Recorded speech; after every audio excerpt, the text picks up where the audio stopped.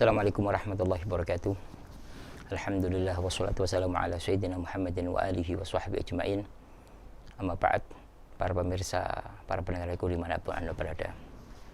Alhamdulillah kita dipertemukan oleh Allah Subhanahu wa taala di bulan yang agung ini, yaitu bulan Ramadan, bulan yang mana Nabi Muhammad SAW pernah menyampaikan tentang bulan ini, meskipun hadis ini ada sebagian ulama ahli hadis melemahkan, tapi dengan banyaknya riwayat menjadikan hadis ini kuat, ataupun seandainya hadis ini lemah, bisa kita amalkan di dalam keutamaan beramal. Apa itu? Sabda Rasulullah SAW, syahrun awaluhu rahmah, bulan yang mana di awal bulan 10 awal bulan Ramadan itu adalah kasih sayang Allah. Wa awsatuhu, pertengahannya adalah maghfirah, ampunan Allah. Wa akhiru, dan 10 akhir adalah itqu minan nar. Nah, kita masuk pada awal Ramadan, bulan kasih sayang Allah Subhanahu wa taala. Allah menurunkan kasih sayangnya, Allah menurunkan anugerahnya kepada kita semuanya, sehingga di bulan ini bulan yang penuh dengan keindahan, kemuliaan, dan semoga Allah Subhanahu wa taala membuka hati kita semuanya. Kita pada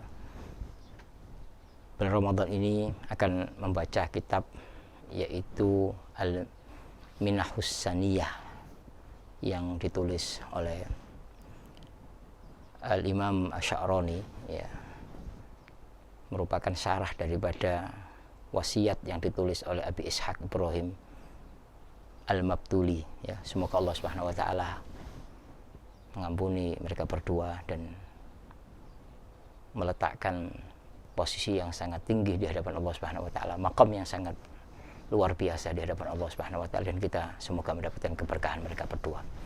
Kita mulai kitab ini dari awal. Qala al-muallif rahimahullahu taala, ya. Awalul wasiyah, ya, pertama, wasiat yang pertama, ya, yang disampaikan oleh Abu Ishaq Ibrahim Al-Madbuli. Alaika ayyuhal akhu bil istiqamati fit taubati. Pertama, wahai saudaraku, engkau harus istiqomah di dalam bertaubat. Nah, ini nasihat pertama, ya, yang disampaikan oleh beliau kepada kita dengan menggunakan bahasa istiqamah di dalam bertaubat. Nah, karena ini adalah ukuran seseorang di hadapan Allah Subhanahu wa taala, sejauh mana dia dekat dengan Allah. Dari sini kita lihat. Tapi sebelum itu, ya, kita harus bisa memahami apa sih istiqamah itu. Istiqamah itu adalah sesuatu yang dilakukan dengan cara kontinu, itu istiqamah. Makanya dalam hadis terangkan sebaik-baik karomah al-istiqamah. Sebaik karomah adalah istiqamah, meskipun itu sedikit. Kadang kita banyak melakukan amalan-amalan ini itu, tapi tidak berjalan lama, 1 bulan, 2 bulan, 3 bulan selesai. Tapi jika kita mempunyai amalan meskipun tidak banyak, tapi istiqomah, kita pegang setiap hari. Nah, ini lebih utama. Dan tidak ada orang yang bisa melakukan istiqomah kecuali merupakan petunjuk dari Allah Subhanahu wa taala, anugerah dan pertolongan dari Allah. Maka ciri daripada seorang wali diantaranya adalah al-istiqomah di dalam menjalankan sesuatu, istiqomah di dalam berbuat. Nah, ini istiqomah di dalam menyampaikan kebaikan. Nah, ini atau berbuat kebaikan, itu adalah al-istiqomah. Nah, kemudian di sini tidak sekedar istiqomah dalam apa? Bitaubat, di dalam urusan taubat. Nah, kita sering mendengar kalimat taubat di mana-mana, ya. Karena para muallif, para tokoh-tokoh sufiyah banyak berbicara tentang taubat, dan di sini tidak akan saya singgung panjang lebar, tapi intinya akan kita pelajari sesuai dengan kitab ini. At-taubatu fil lughati ar-ruju'. Kalau dalam segi bahasa yang namanya taubat ar-ruju', kembali. Taba ay roja'a. Jadi, kembali. Yang asalnya dia jauh, mendekat. Jauh dari Allah, kembali kepada Allah. Dia melanggar syariat, kemudian dia meninggalkan maksiat, kemudian kembali kepada Allah. Itu dari sisi roja'a, dari sisi bahasa. Ada orang asalnya keluar kemudian kembali ke rumah. Nah, itu namanya taubat, kembali dari garis yang telah, dari garis awal. Nah, itu. Wa fi syar'i ar-ruju' amma kana madhmuman fi syar'i ila ma huwa mahmudun fi syara'. Dalam segi istilah syara' bahwa yang namanya taubat itu adalah kembali dari sesuatu yang jelek menuju sesuatu yang baik. Nah, ini. Itu namanya taubat. Nah, sesuatu yang jelek ini banyak sekali. Penyakit yang ada pada diri kita itu banyak sekali. Ada orangnya yang biasanya suka ghibah, menggunjing. Nah, ini berarti dia bertobat kepada Allah dengan apa? Mengunci lisannya untuk tidak bicara. Sehingga yang asalnya bicara menggunjing orang, bicara yang jelek menjadi bicara yang baik. Berarti apa? Kembali dari yang jelek menuju kebaikan. Nah, asalnya seseorang itu suka menyakiti orang, kemudian dia berhenti dari menyakiti orang, bertobat kepada Allah, kembali ke hakikat manusia yang dilahirkan dalam keadaan suci, yaitu tidak mengganggu orang, tidak menyakiti orang. Nah, jadi taubat itu adalah ya kembali dari sesuatu yang jelek menuju yang baik. Nah, di dalam taubat ini sebagaimana dikatakan oleh Imam Sya'rani, walaha bidayah wa nihayah, ada permulaan dan ada ending akhirnya. Jadi ada mulanya, permulaan dibangun dari apa, dan akhirnya bagaimana. Nah, maka pertama fa bidayatuha at-taubatu minal kabair. Jadi orang untuk berbuat kebaikan ini butuh proses, tidak bisa langsung begitu saja. Maka pertama yang harus kita perhatikan di saat kita bertobat kepada Allah, yang pertama adalah yaitu kita bertobat dari dosa-dosa besar dulu. Nah, dosa besar diantaranya zina, diantaranya membunuh, diantaranya minum khamr, diantaranya menggunjing kalau urusan hati. Itu dosa-dosa besar yang harus kita jauhi. Setelah kita bisa menjauhi dosa-dosa besar, maka naik pada tingkatan kedua, yaitu menjauhi dosa-dosa kecil. Mata memandang sesuatu yang jelek, sesuatu yang maksiat. Nah, ini. Dan dosa-dosa yang lainnya banyak sekali. Kemudian meningkat lagi al-makruh, sesuatu yang dibenci oleh Allah meskipun tidak masuk kategori dilarang. Nah, ini.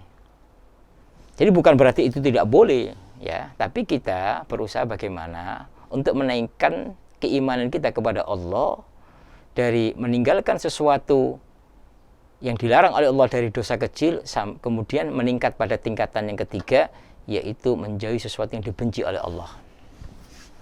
Kemudian keempat, min khilafil aula wa min thumma min khilafil aula, dari sesuatu yang kurang bagus tapi enggak dosa. Jadi, tidak afdol, tidak utama. Maka kita berusaha untuk melakukan yang utama. Nah, ini. Kemudian wa min ru'yatil hasanat, dia menganggap bahwa dirinya adalah baik,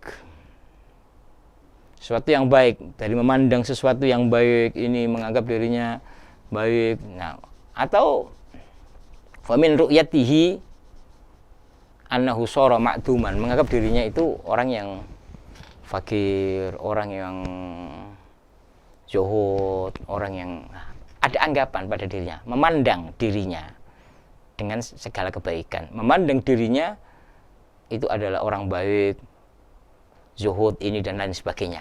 Nah, ini penyakit tapi kadang kita tidak menyadarinya. Wa min ru'yatihi ya annahu shadaqa fit taubati. Nah, ini memandang dirinya benar-benar bertaubat kepada Allah, benar-benar kembali kepada Allah, menganggap dirinya baik, dan ini adalah dosa yang sangat bahaya. Kadang kita melihat pada diri kita setiap hari sholat 5 waktu dengan sunnah-sunnahnya, tapi kadang kita melakukan yang tadi itu, menganggap diri kita adalah orang yang lebih baik daripada orang lain, diri kita lebih bisa melakukan kebaikan daripada orang lain. Ini masalah. Jangan mencampur adukkan antara bersyukur kepada Allah dengan apa? Menampakkan dan melihat diri kita lebih baik daripada orang lain. Itu beda. Nah, ini. Kemudian wa min kulli khatirin yakhturu lahu fi ghairi maradatillah, dari sesuatu yang terlintas di hati kita yang bukan dalam kategori ridha Allah. Sesuatu muncul di hati kita, ini merasa sombong, merasa ini, merasa itu, dan sebagainya banyak itu. Yang jauh dari ridho Allah Subhanahu wa ta'ala. Nah, itu semuanya adalah bidayah, permulaan di dalam bertobat kepada Allah Subhanahu wa ta'ala. Jadi harus ada urutan-urutan tadi yang harus kita lalui. Sebab apa? Sebab kita tidak mungkin pada sampai langsung meninggalkan makruh. Tidak mungkin, kita masih berbuat dosa besar. Tidak, dosa besar dulu, kemudian dosa kecil, makruh, dan seterusnya sampai terakhir tadi. Nah, itu bidayah Tuhan. Nah, sekarang apa sih nihaya, ending ya daripada bertobat kepada Allah? Wa amma nihayatuha fattaubatu kullama ghafala an syuhudi rabbih ta'ala tarfata ainin, yaitu bertobat dari segala lupa bahwa Allah, dari segala lupa bahwa Allah itu memandang kita. Allah melihat kita. Sekejap mata saja kita lupa itu. Ini bahaya. Ini ending daripada taubat. Bahwa Allah selalu melihat kita. Allah selalu memandang kita, mengetahui apa yang kita perbuat. Jadi kita tidak boleh tidak melihat dari kebesaran Allah. Nah, lupa dengan Allah. Nah, jadi seakan-akan di dunia ini nggak ada Tuhannya. Ini bahaya. Na'udzubillah min dzalik. Jangan sampai Allah lepas dari pandangan mata kita, kebesaran Allah, kekuasaan Allah ini. Nah, kalau kita lupa dari itu, nah ini berarti kita belum sampai pada nihayatut taubati, ending daripada taubat, yaitu apa? Mata kita tidak lepas dari memandang kekuasaan Allah di dunia ini. Kemudian, wa dzakarul muhaqqiquna min ahli tariqi anna man nadima ala dzambihi wa'tarafa bihi faqad shahhat taubatuhu. Ahli tahqiq, ahlul ma'rifah, para kekasih Allah menegaskan bahwa sesungguhnya orang yang menyesal atas dosa yang dia perbuat dan mengakui dosa tersebut, faqad shahhat taubatuhu, maka sah taubatnya. Nah, jadi syaratnya itu apa? Nadim, yaitu penyesalan. Nah, kemudian setelah penyesalan ya pasti akan meninggalkan, menjauhi dari yang dia perbuat. Wa'tarofa, pengakuan dulu. Ini kan masalahnya, ini kan ada orang menganggap dirinya lebih benar terus, tidak ada pengakuan. Maka seseorang itu tidak akan berubah dari sifat jeleknya, berubah dari perbuatan jelek, kalau dia tidak mengakui bahwa apa yang dilakukan itu jelek. Seperti seseorang tidak akan bisa berobat, datang ke dokter untuk berobat, untuk menyembuhkan penyakitnya, kalau di dalam dirinya mengakui tidak ada penyakit, masih sehat-sehat saja. Maka pertama ini i'tiraf, pengakuan dulu bahwa saya ini orang yang berdosa, saya ini banyak maksiatnya, pengakuan dulu.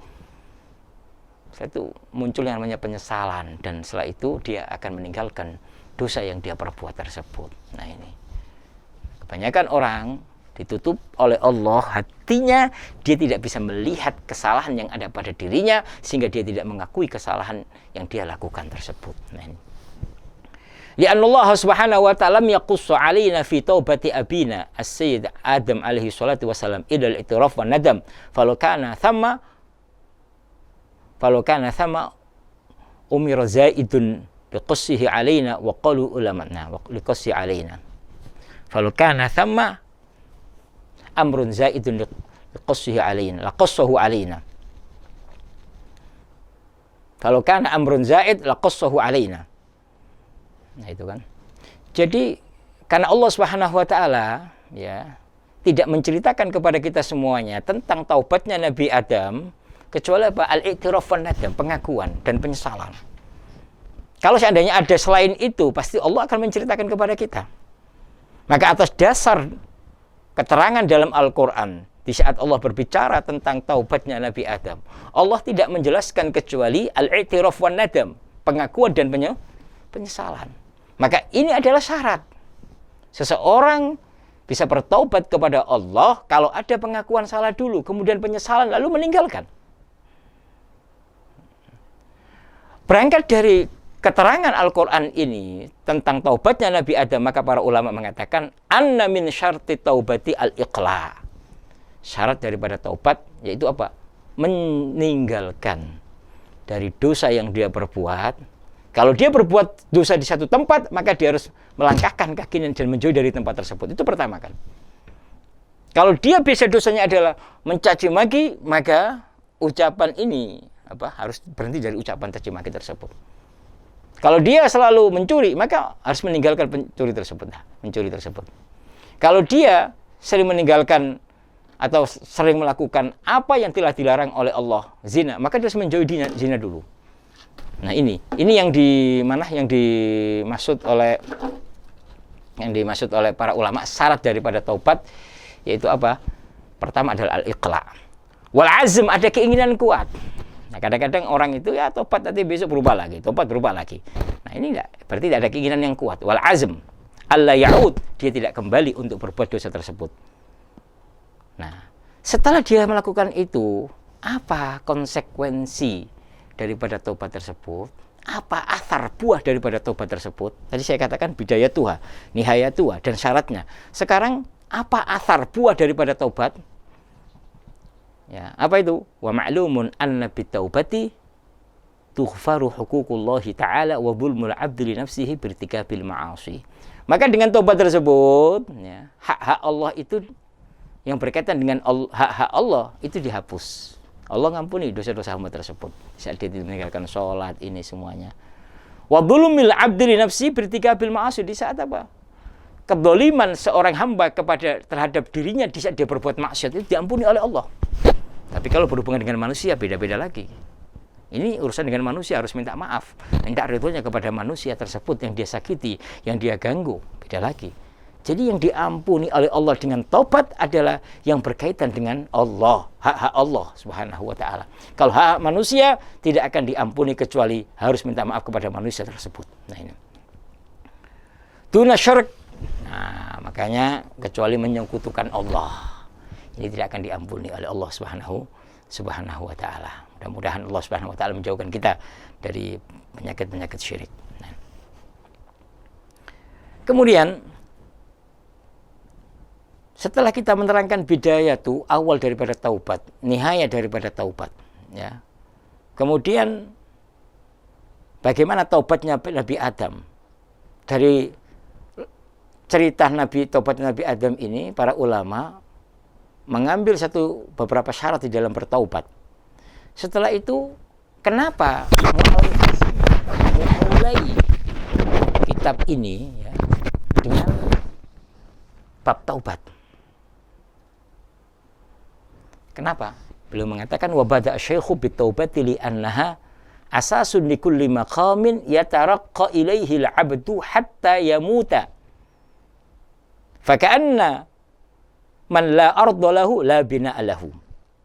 Karena taubat adalah asas pokok setiap makom, setiap tingkatan yang akan dilalui oleh seorang hamba. Ya, sampai beliau wafat. Ini harus proses taubat dulu kalau ingin sampai pada makom yang sangat tinggi. Jadi kalau kita naik ke atas melalui tangga dari bawah ini pertama kali taubat dulu ini yang dimulai. Nggak mungkin loncat langsung ke atas, nggak mungkin, tapi dari tangga bawah dulu ini. Nah, tangga bawah ini adalah taubat dulu kepada Allah.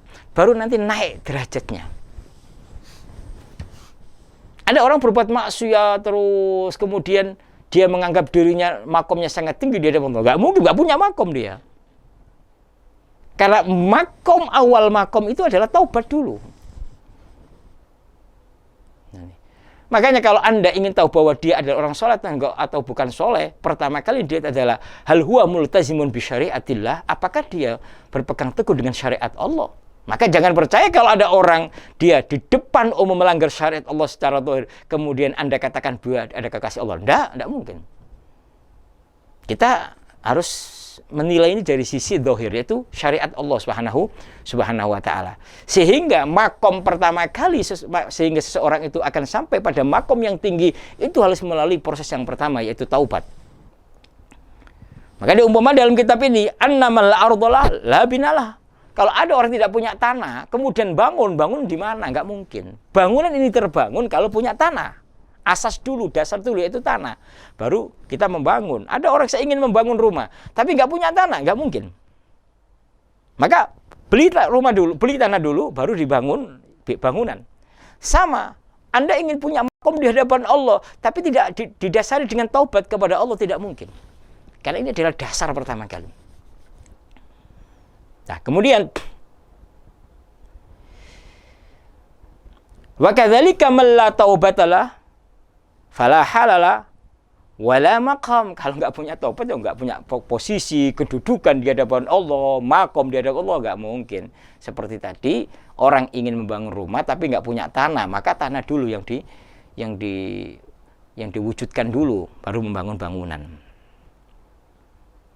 Nah, di antara hukum atau makom di dalam bertaubat itu, ini kan yaitu apa? Allah menjaga dari segala kerancuan di dalam beramal. Ini.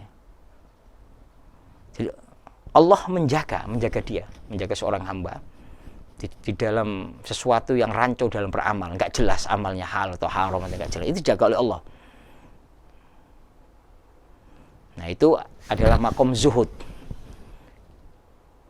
Jadi kalau makom zuhud itu adalah makom yang mana Allah menjaga orang punya makom ini.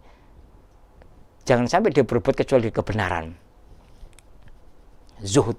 Tidak makan kecuali apa? Yang halal. Ini pokoknya makom zuhud. Dijaga dari cinta dunia, dari ini semuanya. Tapi bukan kok berarti jangan difahami zuhud itu tidak boleh memiliki dunia. Anda boleh punya harta benda banyak, tapi di tangan Anda, bukan di hati Anda. Umat Islam harus kaya. Tapi kekayaan bukan di hati, tapi di tangan. Sehingga dia bisa menginfakkan harta bendanya untuk kepentingan umat Nabi Muhammad SAW.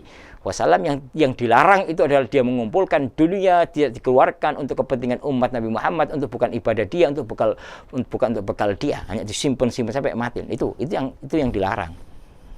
Tapi jadikan dunia di tangan Anda, jalan untuk menuju surga Anda, jalan untuk menggapai satu kebaikan, jalan untuk mencapai satu kemuliaan. Nah, itu nggak ada masalah.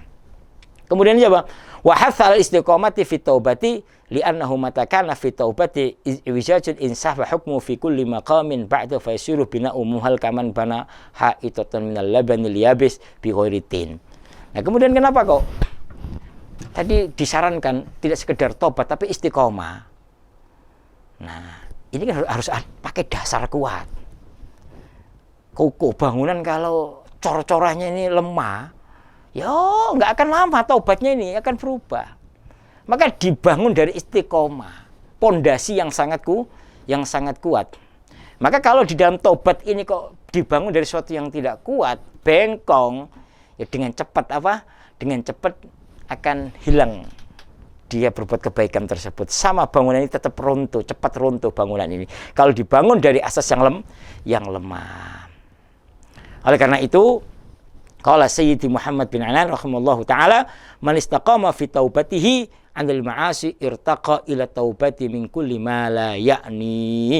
Kalau seseorang istiqomah di dalam bertaubat dari maksiat, maka dia akan meningkat ya ke taubat dari sesuatu yang tidak ada faedahnya. Dia tidak akan berpikir kecuali memberikan faedah. Dia tidak akan berbicara kecuali yang memberikan faedah. Sudah menjauhi hal-hal yang tidak ada faedahnya.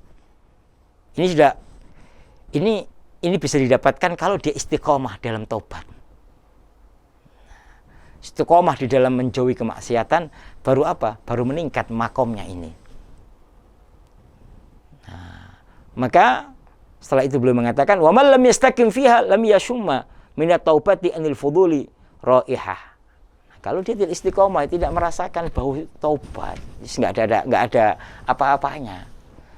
Hanya masuk keluar, tidak akan apa? Meresap, tidak akan apa? Kuat di dalam dirinya taubat ini. Masuk keluar seperti itu. Maka dibutuhkan istiqomah sampai kukuh ya, taubat ini masuk ke dalam diri kita sehingga apa? Tidak akan terguncang, berubah dengan kejadian ataupun hal-hal yang merusak tatanan keimanan kita kepada Allah Subhanahu wa taala. Oleh karena itu, ya, Allah Subhanahu wa taala berfirman, "Fastaqim kama umirt wa man taba ma'ak." Fastaqim, istiqomalah di dalam menjalankan apa yang diperintahkan, kama umirt. Wa man taba ma'ak, dan orang yang bertobat bersamamu.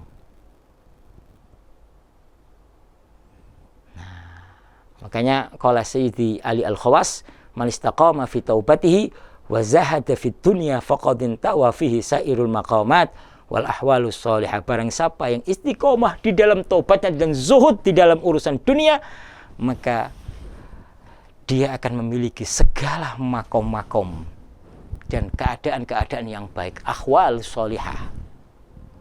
Nah, sudah. Intinya di taubat. Jadi kesimpulannya yang ingin saya sampaikan pada kesempatan kali ini, seseorang tidak akan mempunyai satu makom yang agung di hadapan Allah kalau dia tidak dimulai dari taubat. Nah ini. Dan seseorang tidak akan bisa bertaubat kepada Allah kalau dia tidak merasa bahwa di dalam dirinya banyak dosa kesalahan.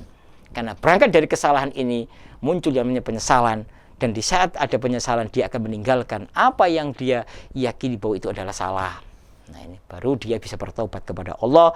Dan taubat yang pertama itu taubat yaitu dari berbuat dosa-dosa besar, kemudian yaitu dari dosa kecil, dari makruhat, kemudian dari khilaful aula, melihat sesuatu bahwa dirinya lebih baik, ataupun melihat dirinya adalah orang yang fakir waro, atau menganggap bahwa dirinya orang benar, dan seterusnya. Itu adalah bagian daripada makom-makom di dalam taubat, dan itu masih bidaya. Adapun nihaya, ending daripada taubat, yaitu mata kita ini tidak akan lepas dari memandang kebesaran Allah Subhanahu wa taala meskipun dalam sekejap mata. Tetap selalu kita melihat kebesaran Allah.